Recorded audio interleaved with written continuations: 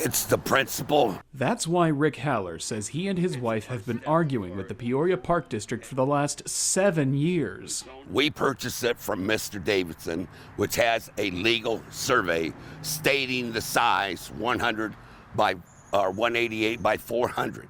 About a fourth of that land, right here, is what's in contention. 100 by 188 feet. And so this survey line was put in place by which person? Mr. Davidson in 2010. It turns out the survey was never properly filed with the county recorder in 2010. But Mr. Ron Davidson, the seller, says he never knew that. Met with Mr. Gene Pratt at West Peoria, brought the survey to him. Gene said, I can take care of this. I have since then went down to the recorder's office, and she did inform me that he could have, but he did not do it. That survey and sale to the Hallors happened in 2010. A few years later, the original property owner would sell the rest of his land to help create Rocky Glen Park. This is considered part of Rocky Glen. Right. The problem? That missing survey means the disputed property was technically part of the land sold to create the park. PBD's argument is that when they purchased Rocky Glen, that this was included into it. How much has this litigation cost the two of you? We're at almost $20,000 now. In 2018, the Peoria Park District sent a letter telling the Hallors they were trespassing on park land, then sued them in 2022 after the Hallors didn't take their trailers and buildings off the land. I just would like to have settled this first day by buying the land or trading the land. Would have been a whole lot simpler and cheaper than this.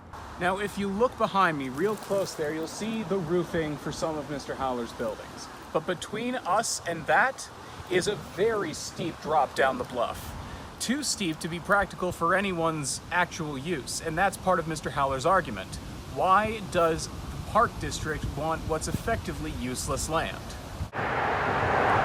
The Hallors say it's unfair others' mistakes put them in this mess. The square footage is on their paperwork. They thought the property lines were clear. We talked to Leslie Rothen, president-elect of the Peoria Area Association of Realtors, about the dispute. I have not been exposed to something of this magnitude. She says home buyers can't always take a seller's word.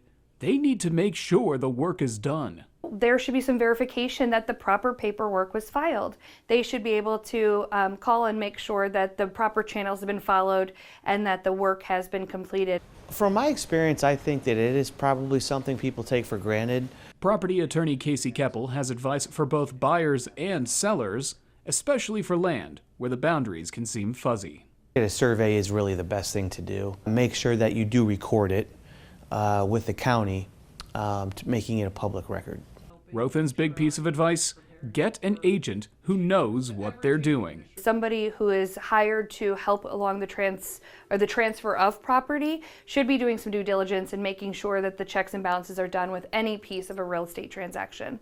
Over the past few years, the Hallors have offered to repurchase the land or trade property for it, but they say the PPD has declined because the land is part of a larger conservation grant.